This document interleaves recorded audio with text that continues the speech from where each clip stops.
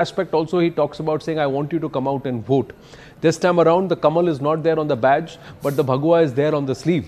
So that's how. I mean, all of that, of course, is symbolic. And, this whole talk about electoral autocracy and so on and so forth, of course, Indian voters do vote in huge numbers, but that doesn't, mean that everything is right about India's democracy. There are, of course, some aberrations, some anomalies, and that is true of all democracies anywhere in the world. They're all going through certain stress. The election, it's a case study. Obviously A grade, administrative work. But again, in that picture, just when he was giving the soundbite, he asked Amit Shah to come closer to him. I'm always fascinated by this relationship between Mr. Modi and Amit Shah. It's not quite the Vajpayee-Advani relationship, because there were more of equals there, had equal and mutual respect for each other. Here, of course, a lot of respect for each other.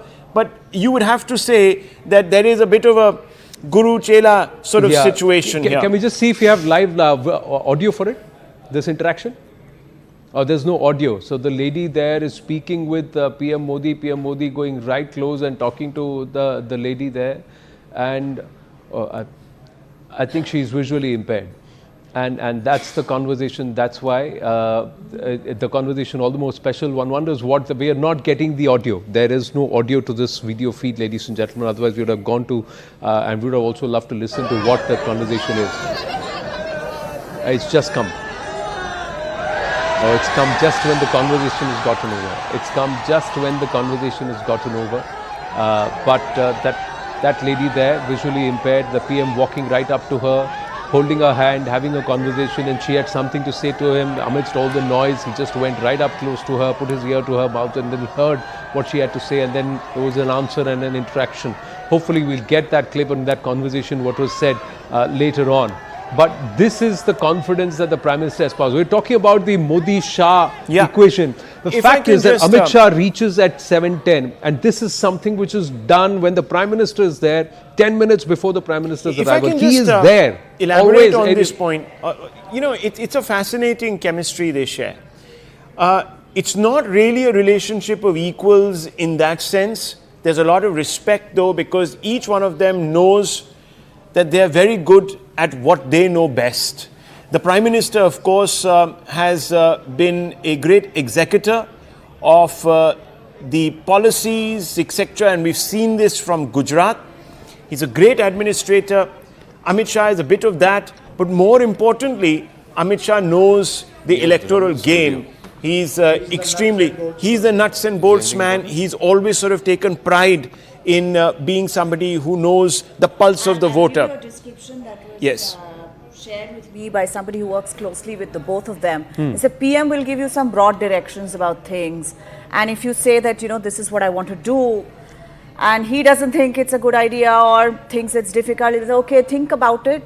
Okay, if that's what you want to do, and basically leave it to you. But Amit Shah is the kind of a 3 a.m. friend. He'll just do a flow chart on just how you can get to where you should be getting to and where you want to get. And it's fundamentally so different from the Advani-Vajpayee. And look, while of course this is the most electorally successful partnership the BJP has had, let's not take away from what in fact even Deen Dayal Upadhyay did for the BJP, coming up with the first coalition. But Rahul, why would you want to compare it with any other equation? I'm not comparing. There's no need to drop, because this itself. You are not allowing me to finish. I'm not comparing at all. I'm just saying that just like you can't compare batsmen or jodis, as they say, opening pairs, etc., across generations, I think fundamentally we forget that in the larger context of the victories, the other partnerships also had their very important role in setting the base. Remember, Mr. Modi was Amit Shah to Mr. Advani